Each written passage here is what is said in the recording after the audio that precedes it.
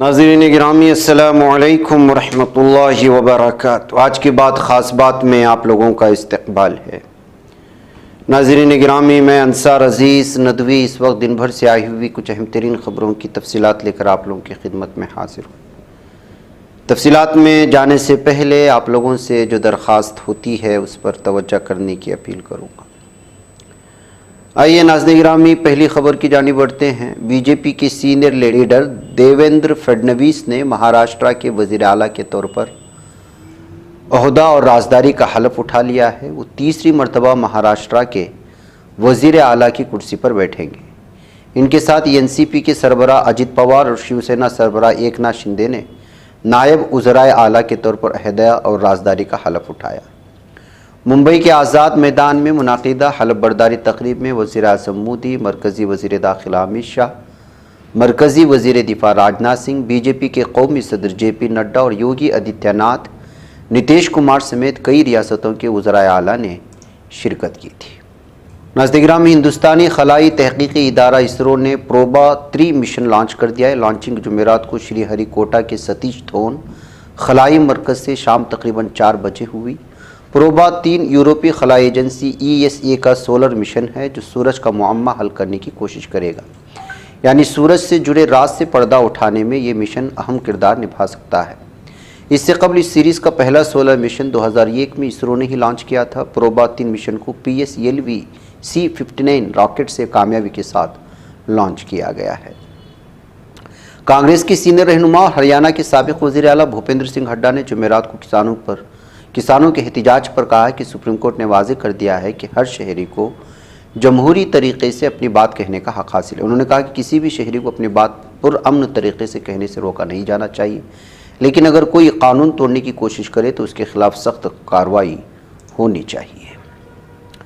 झारखंड में हेमंत सोरेन की क़यादत वाली हुकूमत में जुमेरात को JMM के 6 अरकान असम्बली समेत 11 अरकान असम्बली ने बतौर वज़ीर हलफ लिया। गवर्नर संतोष कुमार गंगूरा ने राजभवन के अशोक उद्यान में वज़रा को हलफ दिलाया। जिन अरकान ने बतौर वज़ीर हलफ लिया है उनमें से JMM के 6 अरकान असम्बली सदेउया कुमार, दीपक बैरवा, रामदास सोरेन, चिमरा लिंडा, योगेंद्र प्रसाद और हफीजुल हसन वगैरह शामिल हैं।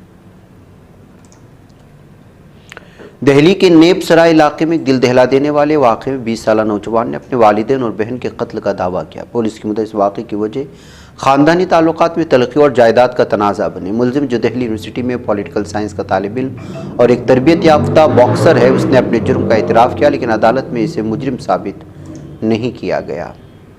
Chief justice of India Sanjeev Khanna ने जुमेरात को दिल्ली हाई कोर्ट के चीफ जस्टिस मनमोहन को सुप्रीम कोर्ट के जज के तौर पर ओहदे का हलफ उठाया।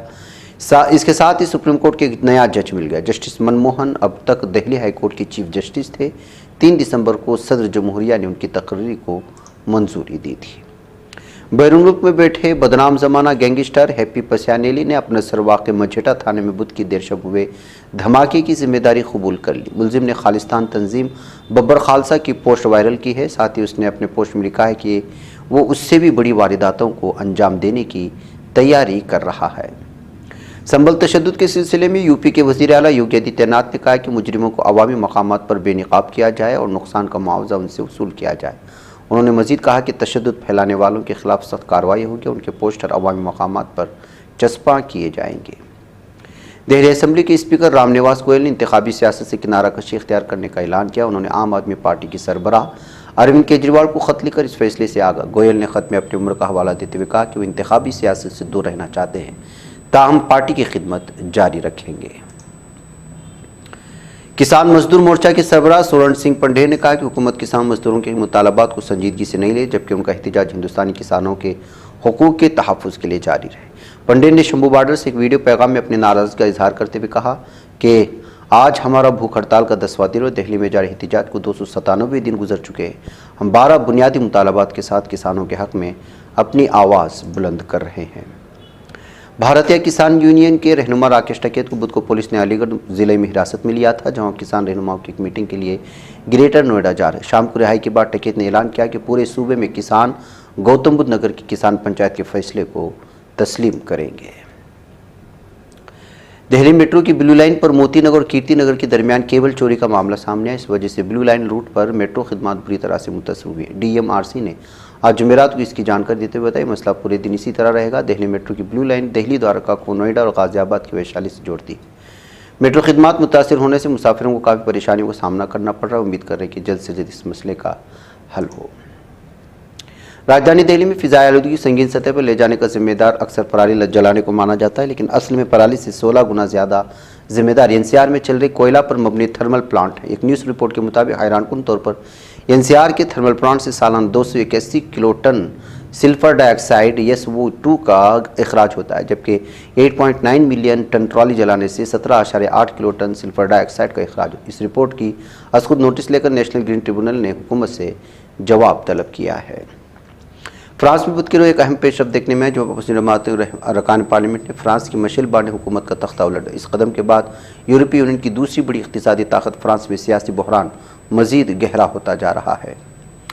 उत्तर प्रदेश के मेरठ जिले के नौजवान को सऊदी अरब में मौत की सज़ा सुना दी गई। सज़ा सऊदी अदालत ने मंशियात की स्मगलिंग मामले में सुना दी। इल्ज़ाम साबित होने के बाद सऊदी की अदालत ने सज़ाए मौत। हालांकि नौजवान के अहल खाना इस सिलसिले में अपील कर सकते। इस मामले में मेरठ की पुलिस को मुकम्मल जानकारी फराहम कर दी गई। मेरठ पुलिस ने जैद की सज़ाए मौत से मुताबिक उसके अहल खाना को इत्तला दे दी। मेरठ जिले के रछोती गाँव का रहने वाला जैद कार ड्राइवर के तौर पर सऊदी गया था। इल्ज़ाम है कि वहाँ जाकर जैद ने मंशियात की स्मगलिंग शुरू कर दी थी। बरतानिया हुकूमत ने सेहत से मुतल्लिक अहम फैसला लेते हुए टीवी चैनलों पर दिखाए जाने वाले कुछ इश्तिहार पर पाबंदी लगा दी है। हुकूमत ने इश्तिहार पर मुकम्मल पाबंदी नहीं लगाई, बल्कि सिर्फ दिन में इश्तिहार दिखाने पर पाबंदी आई। हुकूमत ने ग्रैनवाला, मज़स, म्यूसली और बर्गर को जंक फूड के ज़ुमरे में रखा। इन तमाम जंक फूड के इश्तिहारात को टीवी चैनलों पर दिन में दिखाने पर पाबंदी आयद की। हुकूमत ने यह कदम बच्चों में रोज़ बरोज़ बढ़ते हुए मोटापे को कम करने के लिए उठाया है। सुप्रीम कोर्ट ने दिल्ली एनसीआर में नाफिज ग्रेड 4 को हटा दिया है। दिल्ली में फिजाई आलूदगी के बारे में जुमेरात को जारी समाअत के दौरान सुप्रीम कोर्ट ने दिल्ली एनसीआर से ग्रेड 4 को हटाने को रिस्पांस एक्शन प्लान के सवाल पर एडिशनल सॉलिसिटर जनरल ने एक ब्रीफ नोट दिया, जिसमें एयर क्वालिटी इंडेक्स की तफसीलात। इसके मुताबिक हवा के मेयार की सतह में बेहतरी रही है और आलूदगी कम हो रही है। लॉरेंस बिश्नोई की धमकी के बाद सलमान खान की सिक्योरिटी बढ़ा दी गई थी। हालांकि उन्हें गैंगस्टर के नाम पर मुसलसल धमकियां मिल रही हैं। जब सुपरस्टार की शूटिंग की जगह पर मुश्तबा शख्स गैर कानूनी तौर पर दाखिल हो गया तो पुलिस ने पूछगछ के बाद उसे हिरासत में ले लिया है। जब इस शख्स से पूछगछ की गई तो उसने कहा कि मैं बिश्नोई को बोलूँ क्या। मुश्तबा शख्स पुलिस की हिरासत में शिवाजी पार्क पुलिस स्टेशन में शख्स से पूछगछ की जा रही है, यानी उसने जब धर लिया गया या उसको छोड़ा नहीं गया तो उसने बिश्नोई की धमकी दी थी। अमेरिका के खिलाफ अफवाज ने जापान के ताल्लुकों को टोक्यो में कायम अड्डे पर एक यूनिट कायम किया ताकि उनके बाहमी अस्करी सलाहियतों में इजाफा किया जा सके। बहर हिंद और बहरकाहिल में चीन के बढ़ते हुए असर रसूख और शिमाली कोरिया के मिसाइल खतरात के पेश नज़र जापान अपने इत्तेहादी अमरीका के साथ अपनी फौजी हम आहंगी को मजबूत कर रहा है। रूस और शिमाली कोरिया के दरमियान जून में तय पाने वाला जाम स्ट्रेटेजिक शिकारदारी माहिदा नाफिज अमल हो गया। रूसी वज़ारत ख़ारजा की तरफ से जारी करदा बयान के मुताबिक रूसी नायब वज़ीर ख़ारिजा आंद्रे रोदोइंको और शिमाली कोरिया के नायब वज़ीर ख़ारिजा किम जोंग यू ने दारुल मॉस्को में शराकतदारी के माहिदे के निफास पर मुतालिब प्रोटोकॉल पर दस्तखत कर दिए हैं। चीन के सूबे ग्वांगडोंग में गुज़िश्ता रात रेलवे लाइन की तामीर का फर्श गिरने से 13 मजदूरों के लापता होने की खबरें आ रही हैं। जनूबी कोरिया में सदर योन सोक ने योल ने वज़ीर दिफा किम योंग हेवन का इस्तीफ़ा कबूल कर लिया, जिन्होंने 3 दिसंबर की रात मार्शल लॉ के ऐलान की तजवीज़ पेश की थी। ईरान की हिमायत याफ्ता ग्रोह बरास्ता इराक शाम में मुसल्लह ग्रोहों के साथ झड़पों में हुकूमत अफवाज के लिए इमदादी दस्ते भेज रहे हैं। मकामी ज़राए से हासिल होने वाले मालूमात के मुताबिक ईरानी हिमायत याफ्ता ग्रुप कई दिनों से इराक के रास्ते शाम में हुकूमत फोर्सेस की मदद के लिए जा रहे हैं। इमदादी दस्ते रोज़ाना तकरीबन 50 गाड़ियों के जरिए शाम इराक सरहद पर अलबू कमाल ज़िले से शाम में दाखिल हुए। इन ग्रोहों में ज़ैनून और फातिमियून ब्रिगेड्स के साथ साथ ईरानी पासदान इनकलाब के दस्ते भी शामिल हैं। कुछ काफिलों में कसीरुल बैरल रॉकेट लॉन्चर्स और 23 मिलीमीटर एंटी एयरक्राफ्ट गनों से लेस पिकअप गाड़ियां शामिल हैं। बताया गया कि इमदादी यूनिटों में जंगजों की तादाद कम से कम 400 है। हलब में झड़पों के दौरान हुकूमत मुखालिफ ग्रोहों ने कुछ ईरानी और ईरानी हिमायत याफ्ता जंगजुओं को पकड़ लिया था। नाज़रीन में आज की बात खास बात में इतना। इंशाल्लाह फिर आप लोगों से मुलाकात होगी। मुझे इजाज़त दें। अस्सलामु अलैकुम रहमतुल्लाहि व बरकातुहू। ये चैनल हक निगर बन कर कुचल देता है फितनों को। अगर गंदी हो पॉलिसी तो मरते देख कितनों को। इसी बाजार में बिकते हुए देखा है सपनों को। सभी यकसां है ये पैगाम दो गैरों को अपने जवानों को वतन अहले वतन का है गुले बेखार सीधी बात।